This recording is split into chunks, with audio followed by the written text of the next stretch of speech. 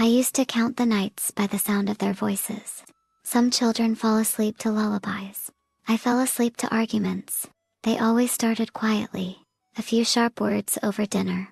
The scrape of a chair. The sound of a plate being set down too hard. And then, the silence that came before the storm. That silence was the worst, because I knew what came next.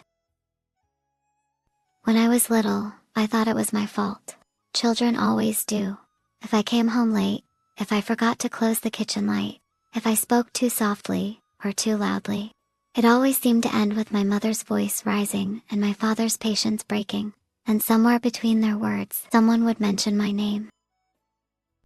She's just like you, stubborn. Maybe if you didn't spoil her, she wouldn't act this way. I didn't understand what I had done wrong, but somehow, the blame always found me. Even when the fight wasn't about me, it would circle back like a storm returning to the same shore.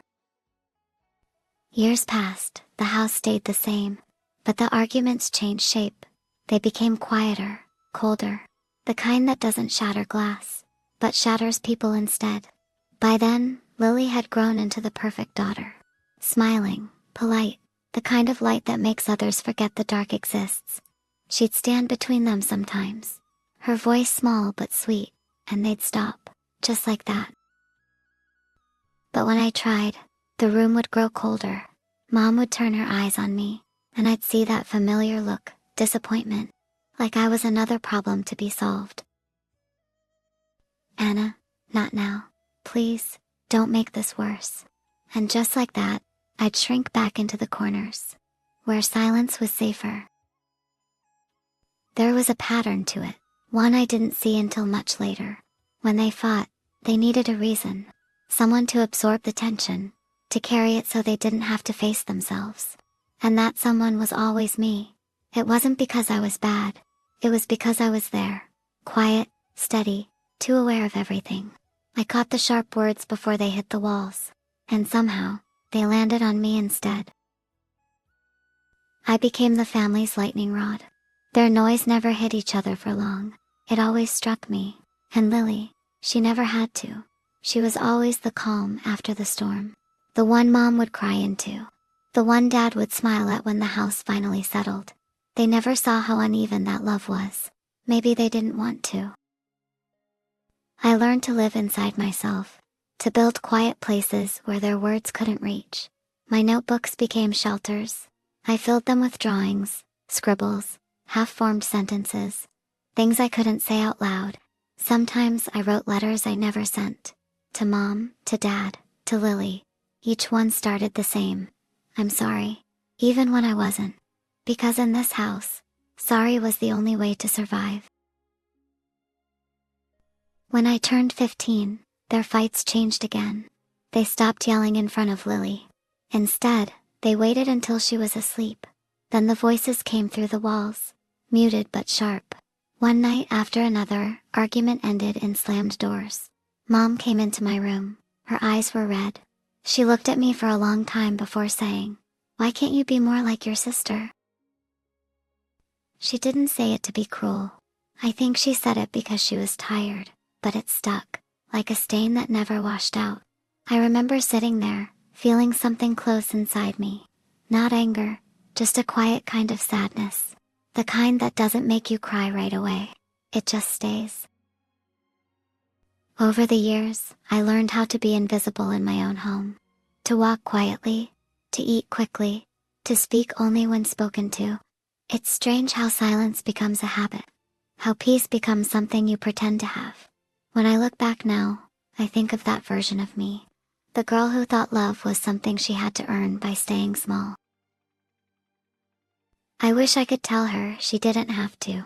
That she didn't need to carry the weight of their broken words. That she could have screamed too, and the world wouldn't have ended. But I can't. Because even now, when I hear someone raise their voice, my body still remembers that house. That air thick with blame. That feeling of wanting to disappear. Lily once asked me why I never fought back. She said, "If they're unfair, why don't you say something?" I smiled at her. The kind of smile that hides everything. Because if I speak, it'll only get louder. She didn't understand then, maybe she never will. Because she was the one they protected from the noise. I was the one they used to absorb it. And that's the thing about families like ours. They don't notice the quiet ones breaking. They just call it maturity. Now, years later, the fights have stopped. The house is calm, but the quiet feels heavy, like something missing instead of something peaceful. Sometimes, I visit, Mom makes tea, Lily talks about her job, Dad asks about my art. We laugh, we smile, and no one mentions the years in between. But every time Mom reaches to pour my tea, I see her hands still steady, but older. And I wonder if she ever remembers the nights her voice trembled through my walls. Sometimes, I want to ask. Sometimes, I almost do, but then I stop, because I already know the answer. Some things are too old to fix. Some love stories stay unfinished, and some children, they just grow up carrying the echoes of things no one ever apologized for. By the time I turned 16, I had learned the art of pretending not to hear, not to care, not to feel. The house hadn't changed. Same walls, same quiet mornings, same long pauses before anyone spoke. But the way I carried myself had. I stopped waiting for things to get better. I just tried to survive them. Mom's voice still carried sharp edges, but she no longer yelled. She didn't need to. Her disappointment had become quieter, colder, the kind that seeps into you without a sound. Dad had grown more tired too. He came home late, his words small, his smile thinner than I remembered. When they spoke about bills, about Lily, about things that didn't hurt to mention, and me, I was still there. The extra shadow at the dinner table. How's school? Dad would ask, without looking up from his phone. Fine, good. That was our version of love. Brief, polite, survivable. I spent most nights in my room, the only space in the house that belonged entirely to me. My walls were covered in sketches, faces, hands, unfinished things. Sometimes I drew Lily. Her smile came easier than mine. Her eyes didn't look like they were hiding anything. She was the kind of girl the world wanted to love. And the world, starting with our parents, obliged. You're so graceful, Lily. You have such a kind heart. You make people happy. They said those things so easily. I memorized every word. Like maybe if I said them to myself enough times, they'd start to feel true. But they never did. Because I was the one who made rooms quiet, not brighter. I was the pause in conversations, the one people stepped around without noticing. And yet, I never blamed Lily. How could I? She never asked to be the favorite. She just existed. And somehow, that was enough. I wished existing were enough for me too. When my parents argued now, it wasn't with shouting. It was with silence that lasted for days. They'd pass each other in the hallway, their words small and brittle. And every time, I could feel the tension hanging in the air, looking for somewhere to land. It always found me. Mom would come to my door and knock softly. Anna, can we talk? It wasn't a question. She'd sit on the edge of my bed, eyes tired, voice soft in that way people speak when they're about to hurt you but don't want to feel guilty about it. You've been distant lately. I'm fine. Don't say that. I can tell you're not fine. You never believed me when I was. That would end the conversation. She'd sigh, say something about attitude, and leave. And I'd sit there after the door closed, feeling the weight of her footsteps fading down the hall, each one a reminder that being misunderstood was the only kind of attention I could count on. Lily started bringing friends home. The house came alive again when she was there. Music, laughter, the smell of her perfume lingering in the hallway. Mom baked cookies. Dad told jokes, and for a few hours, we looked like a family that didn't have cracks. But once everyone left, the air went still again, and the cracks widened. I remember one evening, after everyone had gone to bed, I overheard Mom whispering to Dad in the kitchen. I just don't know what to do with Anna. She's fine, Dad said. She's quiet, that's all. That's not normal. She should talk more, smile more. Maybe that's just who she is. Mom sighed. It's like she's punishing us for something. I froze. Punishing them. The words hit like a slap I couldn't see. I wanted to scream. To tell them that I wasn't punishing anyone. That I was just tired of trying to be noticed. But I didn't move. Because silence was still safer than anything else. Sometimes, when everyone was asleep, I'd sneak into Lily's room. She slept like someone who trusted the world. No tension in her face, no worry between her brows. I'd sit there quietly, watching her breathe, wondering what it felt like to be loved without earning it. In the dark, I'd whisper things I couldn't say during the day. You're lucky, Lily, but it's not your fault. I wish I could be you just for a day, to know what it feels like to be enough. Then I'd go back to my room, lie down in the same quiet that raised me, and close my eyes. Every night I promised myself I'd stop caring, that next time, when they fought, when they sighed, when they looked disappointed, I'd feel nothing, and for a while it worked. That's the cruel thing about pain. You don't heal from it by feeling less. You heal by getting used to it, and by 18, I had gotten very, very used to it. There are some people who were born to be loved easily. Lily was one of them, and I think deep down, everyone in our family knew it, even me. She had a way of turning moments into sunshine, the kind of laughter that made you forget what you were sad about. Even when she walked into a room, the air felt lighter, softer. She didn't mean to steal the attention, it just happened. When I was 19 and Lily was 16, she won a local art contest. It was a small thing, a portrait of Mom, drawn in pencil. But when the newspaper printed her photo, Mom cut out the page and taped it to the refrigerator. She told everyone at work. "My daughter's an artist," she said proudly. And for a moment I thought maybe she meant me, because I'd been painting for years, but she didn't. She meant Lily. I smiled when she showed me the picture, even though something inside me folded quietly, like paper bent one too many times. That summer, Lily became the star of everything. Family dinners revolved around her stories, her grades, her friends, her photos, her plans. Lily wants to go into art. Lily's teacher says she's gifted. Lily's painting reminds me of when I was young. Mom would say these things with a soft glow in her eyes, a glow I used to chase. I sat there, smiling, nodding, while they all spoke around me. The clinking of forks on plates filled the gaps where my voice used to be. At one point, Dad turned to me. "And you, Anna, what are you doing now?" "Still painting," I said softly. "Good," he replied, already looking back at Lily. It wasn't cruelty. It was habit. They didn't even realize how invisible I'd become. Sometimes, I wondered if they loved Lily more because she reminded them of everything they wanted to be. Soft, warm, easy to love. And maybe I reminded them of everything they'd lost. Quiet, tired, a little broken. One night, Lily came into my room, holding a sketchbook. "Can you look at my drawings?" she asked. I smiled. Of course. She sat beside me on the bed, flipping through the pages. Her art was beautiful, raw, emotional, free in ways mine never was. "You're really talented," I said. "Mom says I take after you," she replied.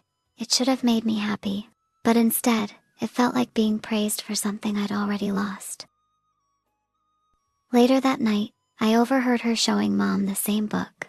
Mom's laughter echoed through the hallway. "Oh, Lily, you're amazing. You've got a real gift." And for a moment, I waited to hear my name. Just once. Maybe she'd say, "Anna used to draw like that too," or, "You remind me of your sister." But she didn't. And that silence hurt more than any words could. By the time Lily turned 17, she had become everything I wasn't.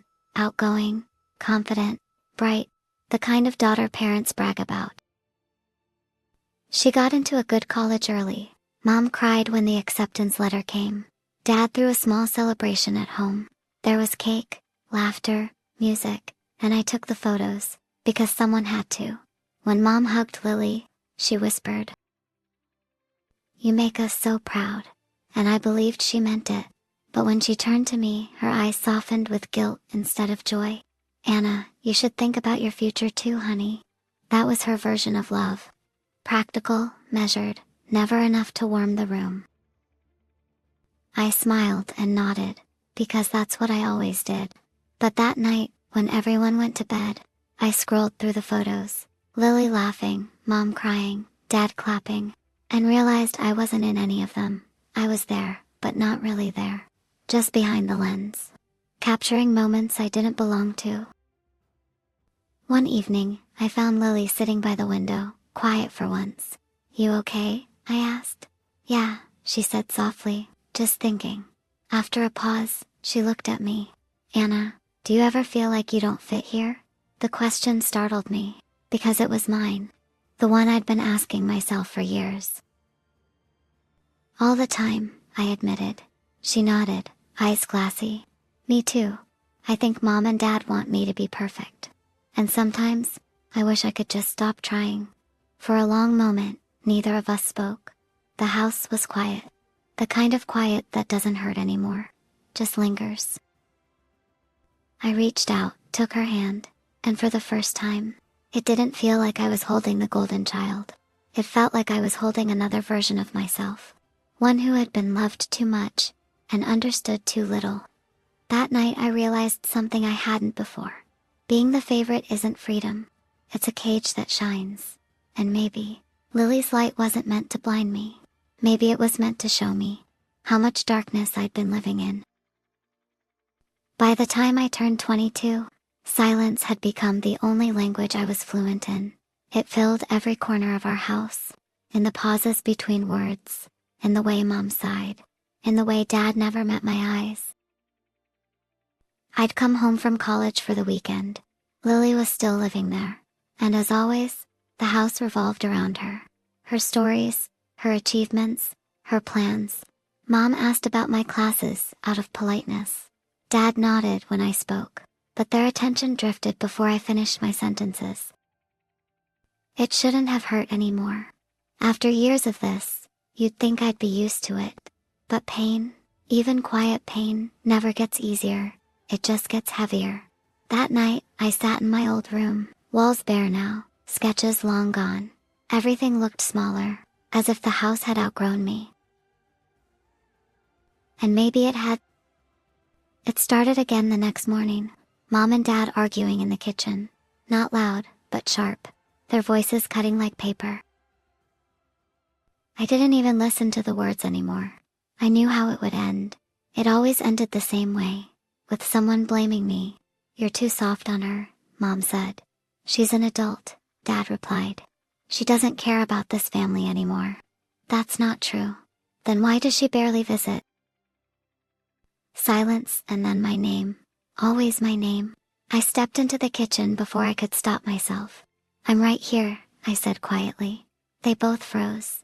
Mom's hands were trembling, Dad's expression unreadable. "We're not talking about you," Mom said. "You just did," I replied. It was the first time I'd ever interrupted them, and the air shifted, like the house itself had stopped breathing. "Why is it always me?" I asked. My voice was calm to calm, the kind of calm that comes right before breaking. "Every time something goes wrong, you find a way to make it about me. Every fight, every silence, every disappointment." Mom's eyes flashed with something between anger and guilt. "Anna, don't be dramatic." "I'm not," I said. "I'm just tired." Dad stepped in. "We've always loved you. Then why does it feel like punishment?" The words fell out before I could stop them, and once they started, I couldn't hold them back. I did everything right. I stayed quiet. I worked hard. I didn't complain when you forgot, when you chose her, when you looked through me like I wasn't even there. Mom opened her mouth, but no sound came. Dad just stared at the floor. For once, the silence belonged to them. Lily came downstairs halfway through. She froze at the doorway, her eyes wide. "What's going on?" she asked. No one answered. I turned to her slowly. "You want to know what's going on, Lily? They're talking about love and who deserves it." Her face crumpled. "Anna, don't. No. You need to hear it too." I could see the tears building in her eyes. And that was when the anger started to fade, replaced by something softer. Sorrow. It's not your fault, I said quietly. You were just easier to love. She took a step forward. But Mom spoke first. Anna, that's enough. I looked at her, really looked at her. For the first time, she seemed small to me. Not powerful, not perfect, just human. No, Mom, I whispered. It's not enough, but it's all I have left to say. I left that night. No slammed doors, no dramatic goodbyes. Just a quiet walk down the same street I grew up on, with the same stars watching above. The wind felt different, colder, freer. Every step away from that house felt like peeling off another layer of weight I had carried for too long. I didn't know where I was going. Maybe to a friend's apartment, maybe just away. But for the first time, I didn't feel guilty for leaving. Because silence isn't peace, it's pressure. And mine had finally cracked. That night, I sat in my car, parked under a dim streetlight. I could still see the house from there, the windows glowing softly like nothing had happened, and I realized they wouldn't talk about it. They'd pretend it was just another misunderstanding. That's what families like ours do best, turn pain into routine. But somewhere deep inside me, I knew I'd finally done something right. Not for them, for me. Because after years of being silent, I had finally said what silence had been screaming all along. It's been 3 years since I left home. 3 years since I packed my things into a car that barely worked, and drove until the streetlights turned into stars. At first, I thought distance would erase everything. The weight, the memories, the sound of their voices echoing down the hallway. But distance doesn't heal silence. It just gives it more room to echo. I live in a small apartment now. It's quiet, but a different kind of quiet. Not the kind that crushes you. The kind that waits. Sometimes, when I make tea in the morning, I still hear Mom's voice in my head. You're too quiet, Anna. Say something, and I smile a little. Because if she were here now, she wouldn't know what to do with all the things I finally have to say.